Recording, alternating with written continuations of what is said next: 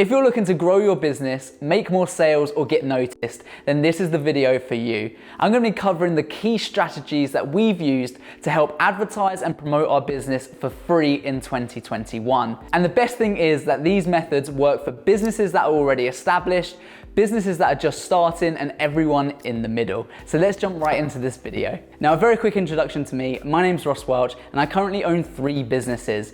One is Perspective Studios, which is our content creation businesses where we help brands get noticed, implement amazing video content so that they can make more sales and grow their brands. The second one is Perspective Academy, which is an online coaching business. And the third is Blank Space Studio, which is our studio rental business too. I've also been fortunate enough to help many businesses in different sectors achieve their goals by implementing some of these key strategies. And I've made it my mission to give more away for free than most people would have you pay for, which is exactly why I've created this video today, to share with you some of the key strategies and things to watch out for that can, 1, be really damaging to your business, and 2, that will really help you grow your businesses to the next level. So first off, I want to talk about social media. Now, this is an obvious one, right? You all knew that social media is free. Yes, you can pay for advertising, but I'm sure you knew that it at least existed and it's a free platform for you to use.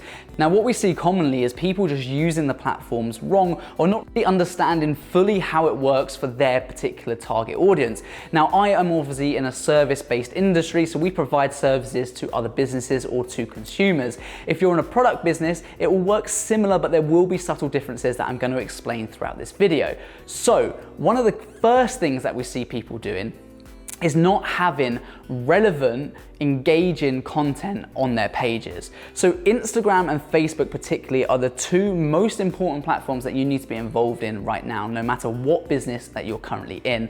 And for some of you thinking, well, you know, social media's, it's been around for so long, maybe that ship has sailed. It absolutely hasn't. When you see major brands like watch manufacturers and car manufacturers advertising on these platforms, you know that there is still such a buzz, and that's where a lot of your target audience are going to be sitting. But you just need to make sure that content is on point. Often what businesses will do is they won't have anyone to create the content for them, so they'll go out and try and take some photos themselves, and they just won't be up to standard, and that can be really damaging to your brand.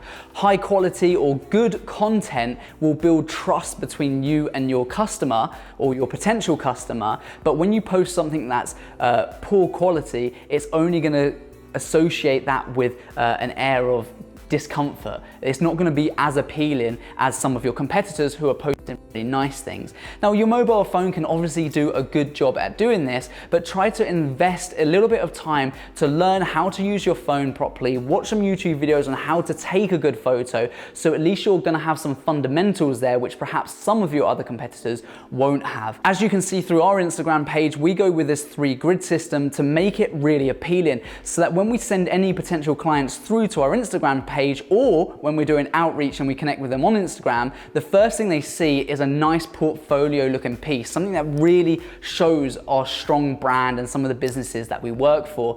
That's what you should be thinking every time you post a piece of content. How can this benefit a potential customer, and how does this benefit the brand? And speaking of that, one of the easiest ways to find content to post, or if you're stuck for ideas to post, is to just simply tell your story.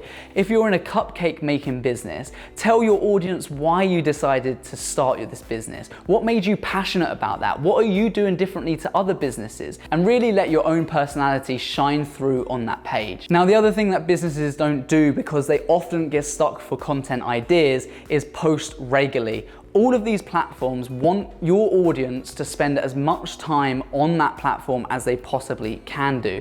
So if you're not creating engaging content that keeps people interacting with your page or coming back to your page, then they simply won't reward you. That's why you see people with 10, 20, 30,000 followers, but yet only get maybe 100 or 200 likes on their images, because they just simply aren't posting regularly. So Instagram, for example, won't allow your posts to reach the full amount of people. And this is how it works. When you post something on social media, the algorithms will tell how well that post performs within the first 10 minutes, let's say. It will allow it to reach a small network of your audience, and if they don't respond well to that by liking, commenting, sharing, and all those things, it simply won't allow that post to reach more people because it's not doing the job that the social platforms want, which is to keep those people on your page or keep those people on that platform. However, if you're telling an engaging story, you'll generally find that your core audience, that first group of people that the platform allows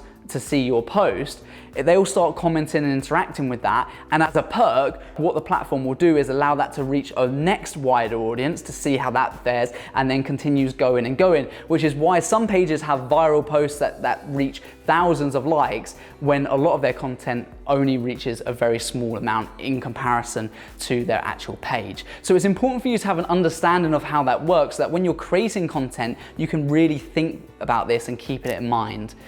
Now, like I said, posting regularly is really key, and the easiest way to think about this is to document and not try and create. Don't try and manufacture your social feeds to fit a certain agenda. Just document what you're doing. Again, I can only think of cupcake businesses at the moment. Perhaps I'm just super hungry. But let's say if you're a cupcake maker, take some photos of that process, you know, making up the batch, putting it in the oven, having it come out. That's already 3 pieces of content that you can post for each stage, and feel free to give people tips.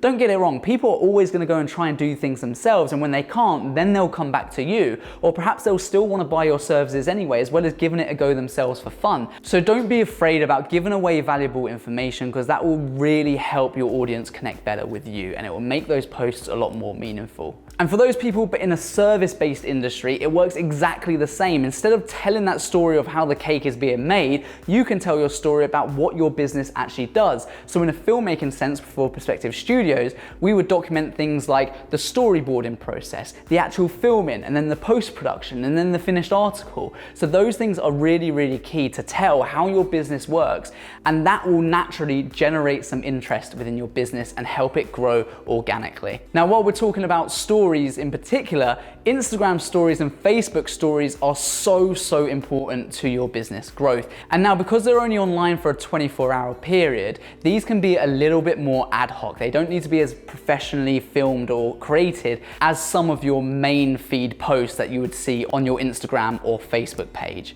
However, they do still need to be professional. Don't let yourself down by recording something that just quite frankly isn't in the best image of your business, but try to document things, try to show people what you're up to, show them the processes that your business does in order to achieve success for that particular client. And Instagram stories is an amazing way of doing this, and use lots of hashtags as well. Just put them in really small. When you create your story, you can write out some hashtags, make it really small, put it in the bottom corner, and that's another way for reaching more of an audience on social media. So moving away from that, I now want to focus on some different areas that perhaps you haven't thought about, or that are still really key to growing your business and perhaps you're aware of. And again, just highlighting some of the key issues that we see businesses do time and time again, which are one, perhaps detrimental in the growth of their business, or because they're not doing it at all, they're not receiving any of the perks for doing those kind of things. Now, before I do move on to that, one thing I want to talk about is the curve where people drop out. Now, if you're growing your business and you're advertising and promoting it organically, then what you're gonna see is it's gonna take a very long time. If you use things like paid ads, it's gonna spike up a lot quicker. Unfortunately, that's just the way it is. But because this video is focused on free, you just need to keep in the back of your head that it's gonna be a very gradual growth. And then as the momentum starts, it will start rolling into a much bigger picture, and that's how you'll be able to start really quickly spiraling your organic growth and therefore your sales and awareness about your business.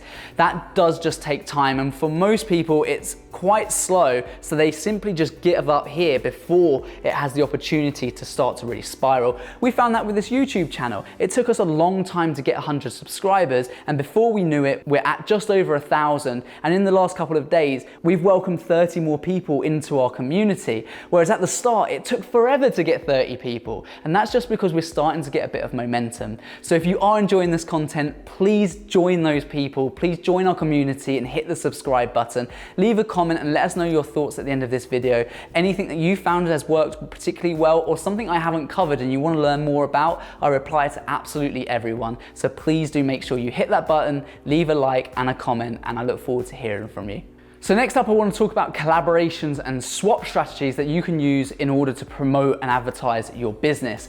Now, if you're let's say a product company and let's say you do clothing, then this is a great opportunity for you to grow your business, and you need to get your product in front of the right eyes, and you can do this through collaboration.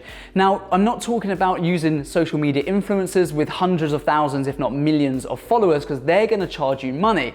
But what you can do is you can find someone at the lower end, perhaps around about 5,000 followers, and you can simply reach out to these people and ask them, hey, if I send you some free product, would you mind doing a review on it? Would you mind letting me know your thoughts? And if they love your product, which I'm sure they will naturally shout about it. And it's literally a no-brainer. These people get something in return for doing a shout out, but they also are gonna fall in love with your product. And that should be the case anyway if you back your own product, which I'm sure you do. So you need to start small with these things, especially if you're a small business as well. And then you can use that network as leverage to help bring more eyes onto you and therefore help grow and promote your business a little bit more organically. The other thing is to start local.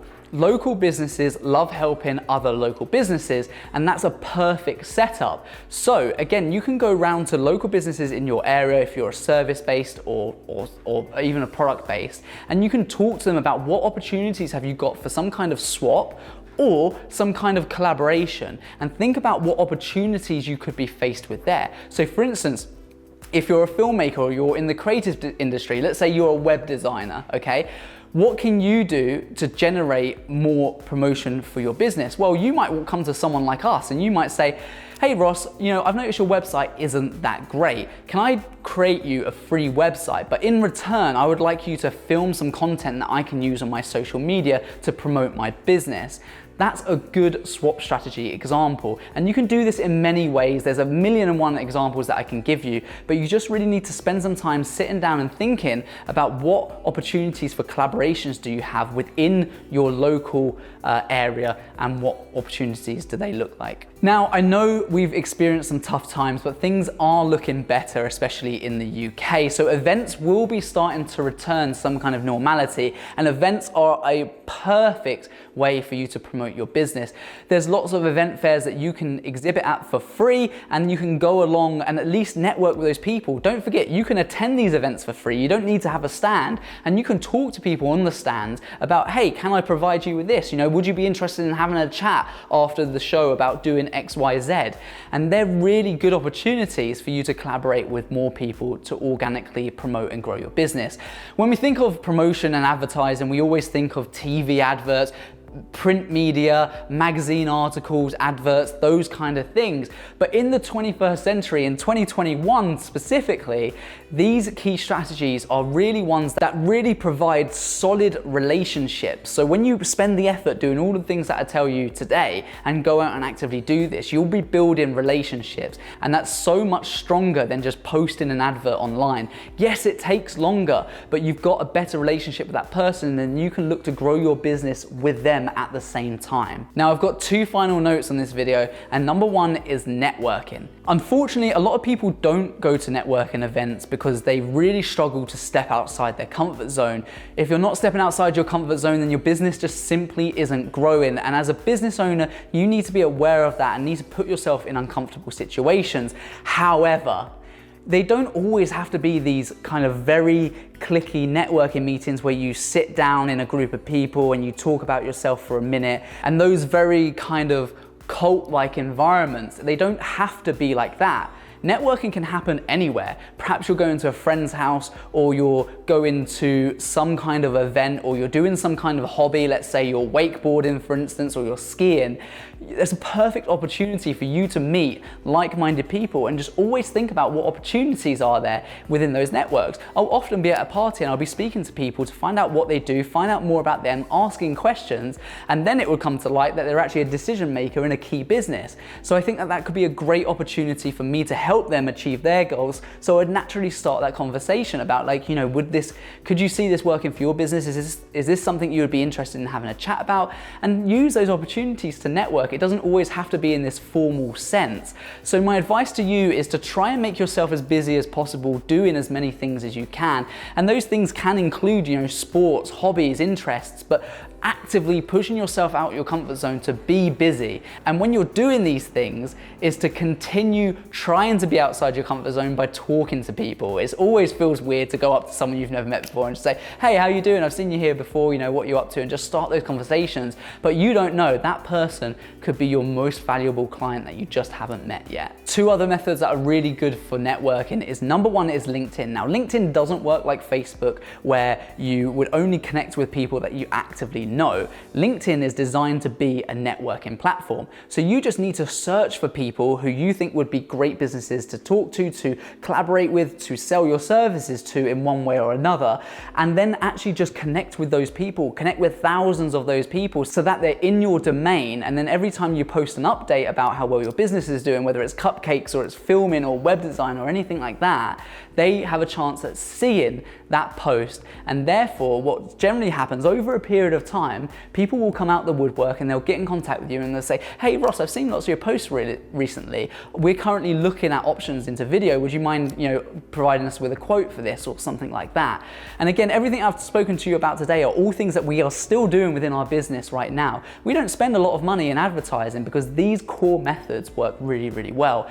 And do you remember I was saying about building relationships with your businesses and telling your story on social media and networking and all those things are going to build solid relationships? Well, referrals is my final point on networking, and referrals are one of the most strongest things that you could ever have. If you have a strong network of people and yet that you have really good relationships with, you can simply ask them, hey, I'm looking to grow my business, I'm looking to get noticed more, and I'm looking to get more sales. Do you know anyone that could benefit from my services or can benefit from my business, and would you mind putting me in touch? Because at the end of the day, if I trust you, I'm going to trust the person that you're referring me to. And that's how we've got a lot of our business before, because we have really strong relationships. We do a really good job at looking after all of our people within all of our businesses. And then we actually just ask them if they wouldn't mind referring us to someone else. And 9 times out of 10, that ends up being a successful business lead. So then our client base actually grows, and then from that we're able to ask that same question and again to grow our business. And as long as we're delivering an exceptional service, then it's just beneficial for everyone involved. Now, before I move on to my final point, if you are enjoying this video, please do hit the subscribe button. It would mean the absolute world to me, and it helps us grow this channel and community even more. It tells me that there's actually a demand for these kind of videos, because there's lots of people talking about the creative stuff, but not very many people talking about the business side of what goes into creating a successful business and being able to grow that and achieve your goals. So finally, competitions. Competitions are a great way for you to promote your brand and get noticed very, very quickly and even make more sales.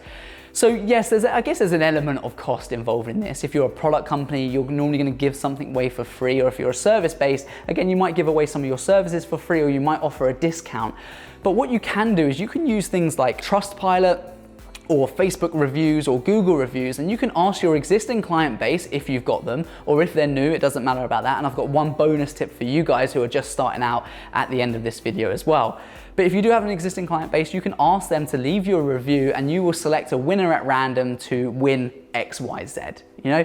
And that's a great strategy that helps really create some noise and some buzz. And then what you can do is you can screenshot their amazing reviews, you can put them on your website, you can put them on your social media pages, and you can show people that, hey, you don't just say your business is good, but everyone else says your business is really good too. So think about how you can use competitions to grow your business there. Now, like I said, one final bonus tip for those people who are perhaps thinking about growing a business or starting a business, or those people who have literally just started and literally have no money to spend at all. I might do a separate video on this. If you want me to do a separate video on this, then let me know in the comments below. But it's really this. If you are, let's say, a product or based business, so you're selling clothing or candles or cupcakes or anything like that, okay? The best thing that you can do is to see if there's a demand for your business in the first place. And the best way of doing this is creating pre-order lists or waiting lists. Now, a pre-order list means that you've got someone that actively wants to buy that product, they've paid you a certain amount up front, and then when that money comes in, you can just invest that into making your cakes or your candles or importing your clothing in and making that one sale in that transaction. And also, you can put people onto a waiting list if you say, you know, we're launching this service or we're thinking about launching this service in a month or two's time. If you're interested, put your details in here and you'll receive an exclusive discount for when we actually launch. Now, if you don't get very many people sign up, then you just simply don't launch that side of business. Or if you get loads of people, then you know there's a strong demand and you need to launch that really, really quick. But that's how you can guarantee that part of the business is going to be successful, or your business as a whole is going to be successful, by actually trying to get people to sign up to those waiting lists or pre-order lists. At the same point, you're also generating their email addresses, which means that you can continue to market to them down the line as well, with a lot of obviously complications with GDPR, which that's for another video. But anyway, I hope you found this useful. There's definitely some tips in there that you'll already be aware of, such as social media, but I would like to think there's a lot of information that I definitely see a load of businesses doing really badly, so that hopefully you can avoid that and provide you with some new information on how social media works, how networking works, how competitions and collaborations and swaps works, so that you can start having a real impact, grow your business through advertising and different ways of promoting it in 2021. I look forward to seeing you on the next video. If you're not subscribed, hit that button right now and see you next time. Peace.